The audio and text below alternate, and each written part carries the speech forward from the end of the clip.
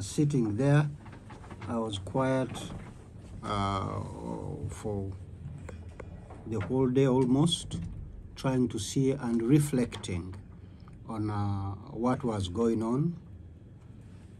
Things in politics, maybe actually in life in general, can change very, very fast. We were there. As you know, of course, the Right Honorable Anitah Mong was not in attendance. Her name was only read, I think, twice or thrice during the election of the Speaker, and it wasn't answered. I mean, in roll call, because they were roll calling us to vote. And she was not there. She wasn't there. I mean, you sit there and reflect on the things, because it has been about 4 months since we got elected. The debate was immediately after the election.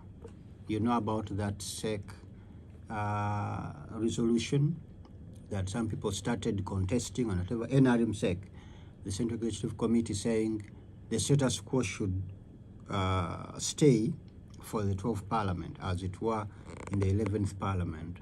And it had started now to sink in for many people that is what would actually happen.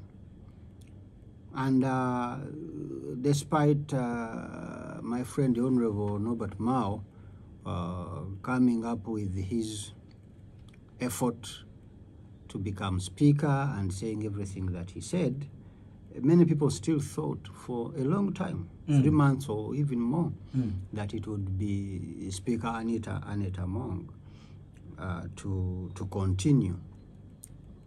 Of course, we know now, I'm talking about an old story, that things changed very fast.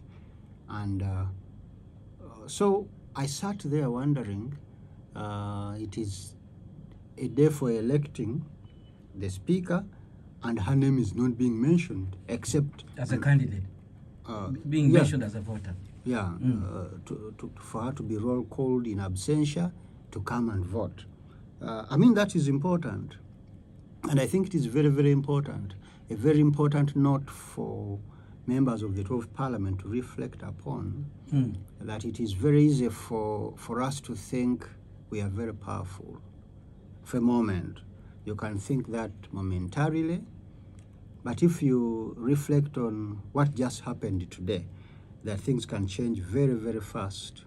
I think that can be a very important premise against which we can start and say that we can exercise purity in leadership, that we can be a lot more purposeful in what we want to do in the service of our people, in the service of the objectives of furthering the development of this country. To me, I spent most of the time just thinking about that, the circumstances of the election, how now the Right Honorable both comes on to the fore very, very quickly. Very fast. And not very many people thought that was even a possibility, and things are as they are now.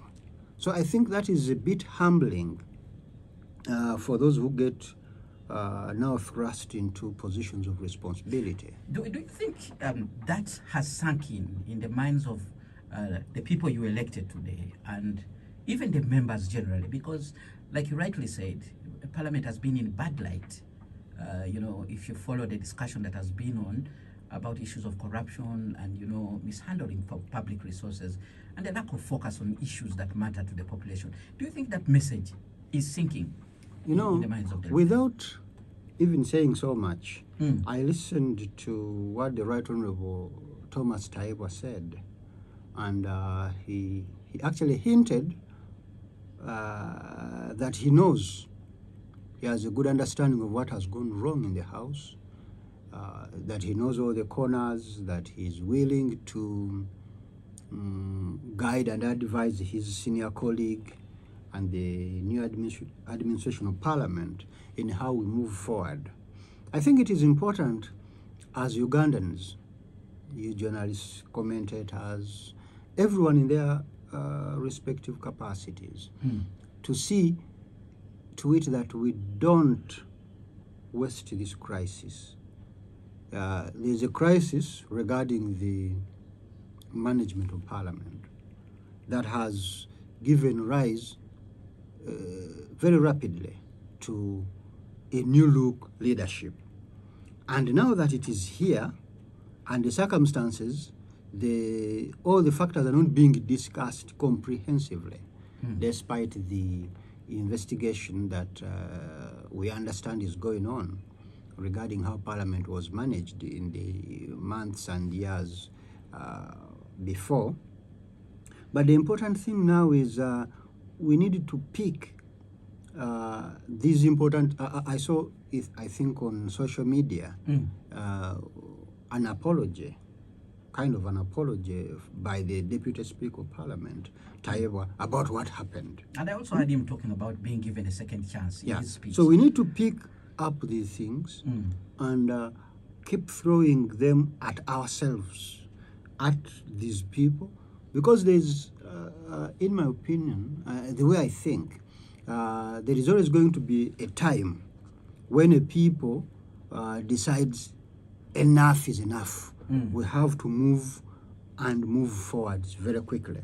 So if we just decide that this is now a turning point of sorts, I liked what the president said and he actually said, I am in a very bad mood. That you see, we have a leadership, we have had leaders for a very long time. I sat in Parliament, and today in that big tent, it was very easy to miss me because I'm just one of 529. We were not 529, but we were more than 500. That's a very big number of leaders, MPs elected.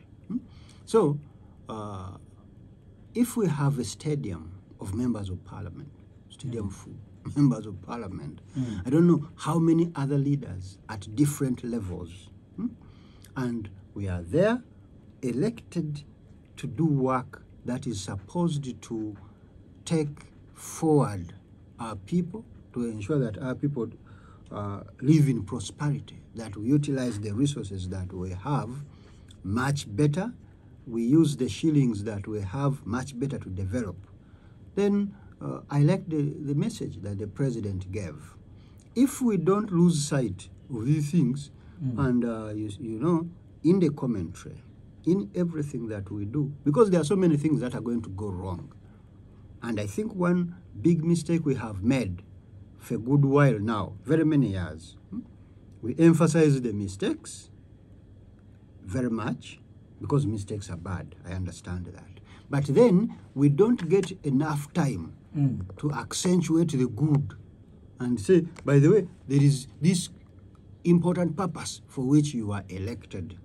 Do this, do that all the time. We encourage the people, the do-gooders, to continue doing good, those who are not doing well, so that we ensure that I am looking forward, in brief, I don't know if I make sense to you, but I'm looking forward to a time that we can come up with and say, let's start all over again, and say, there are certain things we can do, and let them do them very well. If Parliament was messed up before, I have heard many people over the past 4 months saying, you see, the 12th Parliament, you know, its quality, I don't know what, it is going to be worse than the 11th Parliament.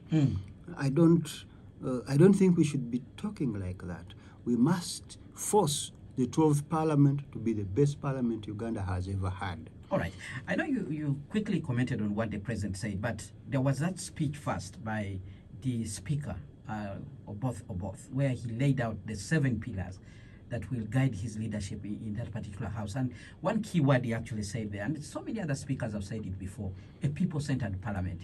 You as Honorable Erias Mukiibi, how would you define a people-centered parliament if we are to go by what Honorable both put across? What I've just been trying to describe ingredients of what I would call a people-centered parliament. Because you see, you have very many leaders, 529 in total, elected by Ugandans to legislate, that is, pass laws on their behalf, to appropriate the money we have, to ensure that the money we have is budgeted in the best possible way and used in the best possible way, and follow it up. The objective of doing all that is so that the resources we have can be used for the best benefit of Ugandans.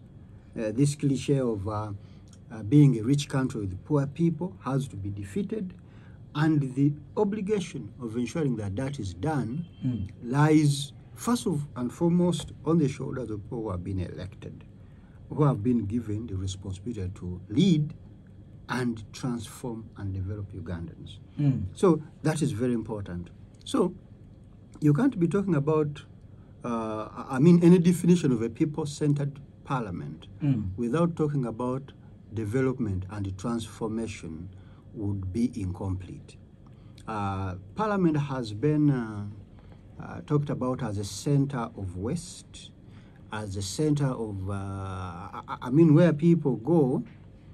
If you fail everywhere and you can sneak into parliament or whatever, then you can go cut this deal and that deal and the other and become rich.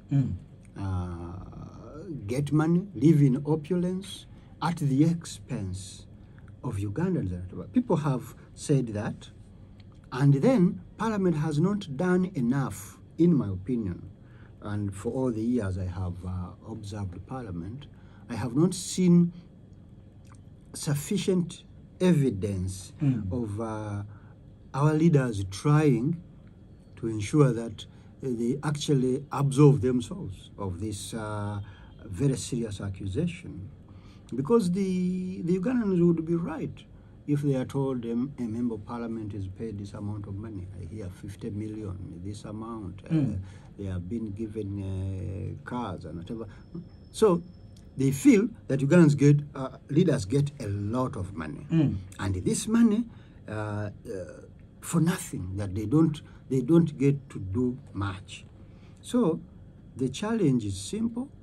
How does the leadership of this country transform itself into a tool for good, so that people see us and say, no, those people actually mean what they are saying. So I liked what the speaker said, because understandably, given the circumstances of his election, he has to try and breathe new life into the institution of Parliament and make people believe once again that Parliament can be much better.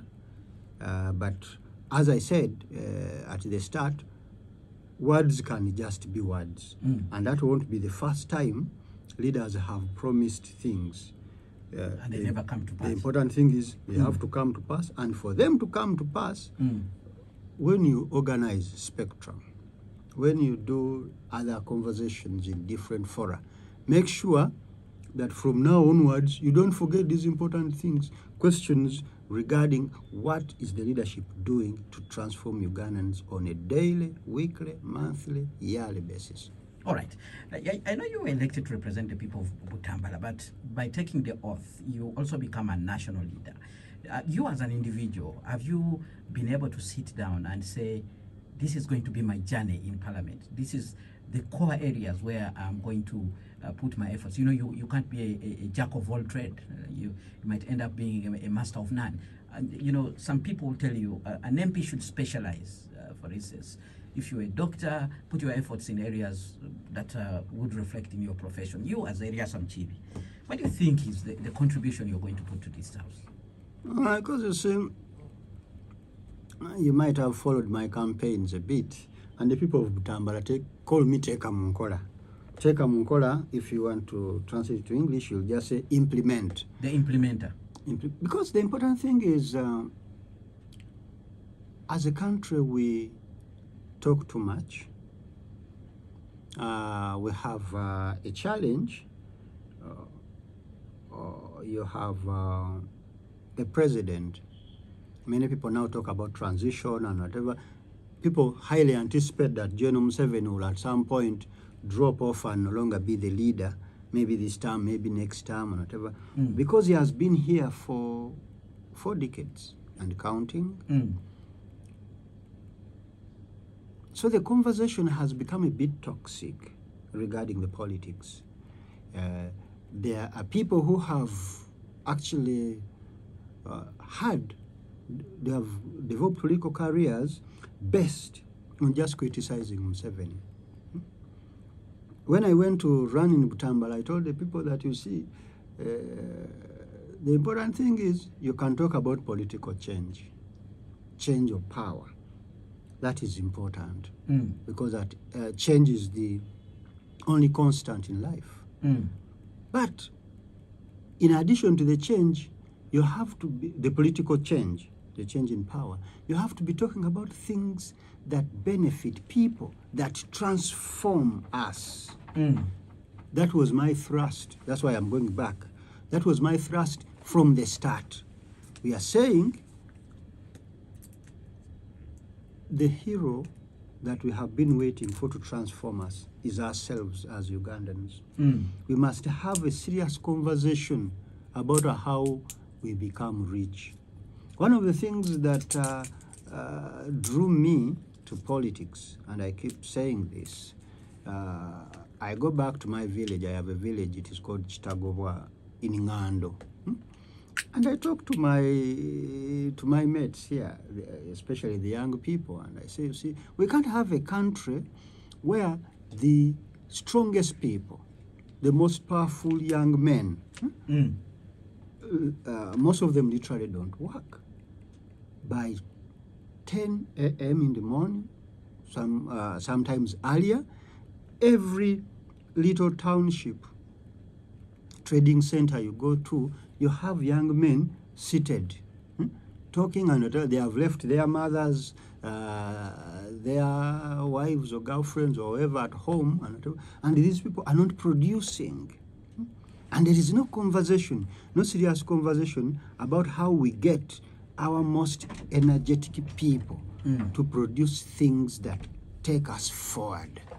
When we don't do that, for as long as we have not done that, that shift, so that the strongest people, the most energetic people in our communities take the mantle and do the bulk of the production, we cannot go forward. So to me, that is the existential challenge that our country faces.